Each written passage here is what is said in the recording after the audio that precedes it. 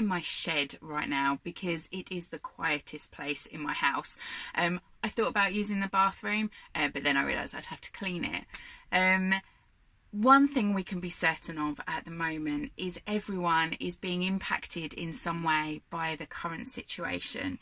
You might be at home in a very crowded space with people working from home, children being off school. You may be on your own, isolating, or perhaps feeling isolated. You might be still going out to work because you're one of the key workers, and your workplace may feel more pressured and stressed than before.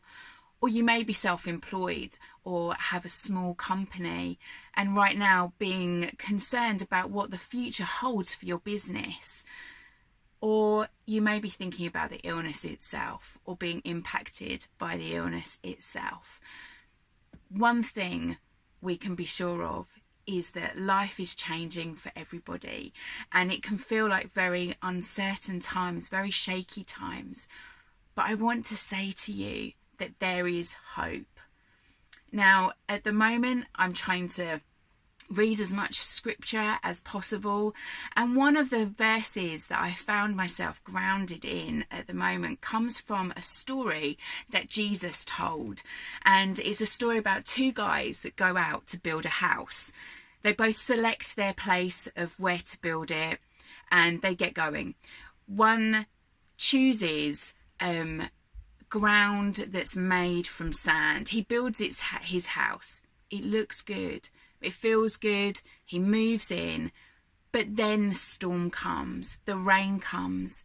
And the ground under which he has built his home, his life, it starts to shake. It starts to crumble. But Jesus says there's another way. He talks about another guy who the same goes out, selects his land, builds his house, moves in, and then the storm comes. But he selected rock to build his house upon. And this is the verse from that story that I want to share with you today.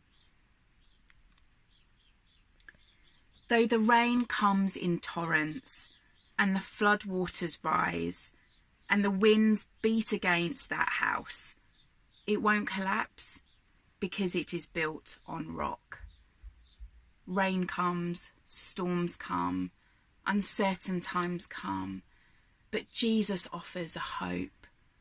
In the book of Hebrews, it talks about how our soul can be anchored in his hope, that his hope is that steadfast, sure, certain place.